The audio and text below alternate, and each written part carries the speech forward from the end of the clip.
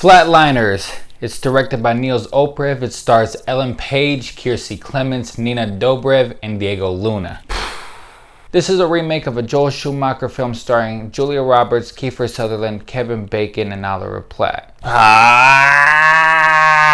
A group of medical students start messing around with the idea of whether they can actually see the afterlife and come back. They call it flatlining. Some are hesitant about the experiment, some are willing to give it a shot. After the experiment, it seems like they get kind of superpowers because out of nowhere they get a lot smarter, they become more talented, their sexual hormones go crazy, they just become thrill seekers overnight. Out of nowhere they are being plagued by the ghosts of their terrible choices in the past, secrets that they've kept from everybody else. They don't know what the cause of it, they don't know where it comes from, but it's ready to take their lives if they don't do something about it. I'm gonna just come with it right now. This movie is a piece of trash. This movie is terrible. This movie is just ridiculous. I'm more curious on how they were able to get this director. This director is actually a pretty decent director. He actually directed the original Girl with the Dragon Tattoo. Another thing that I'm kind of curious about is how the hell did they manage to get this cast? Ellen Page is an Oscar-nominated actress. Diego Luna is an international superstar that just came off of Rogue One, a Star Wars story. A Star Wars story.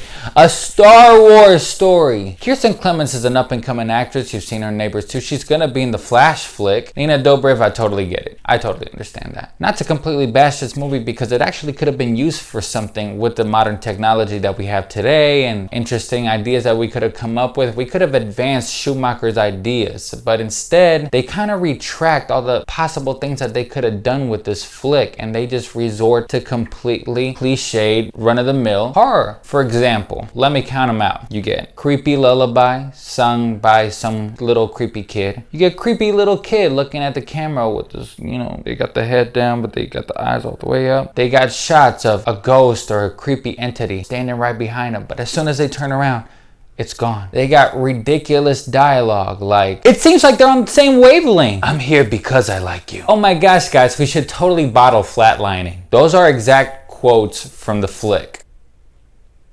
There were a lot of times that they actually used different types of cameras, so the look of the film just wasn't consistent at all. I don't really know what haunts them because they never really clarify. Is it an actual ghost? Is it a being? Is it their guilt? Their guilt is hurting them, some causing them to their death? They don't really specify, but I guess, without giving anything away, the moral of the story and the solution to their problems is forgiveness. Yeah, forgiveness. Huh.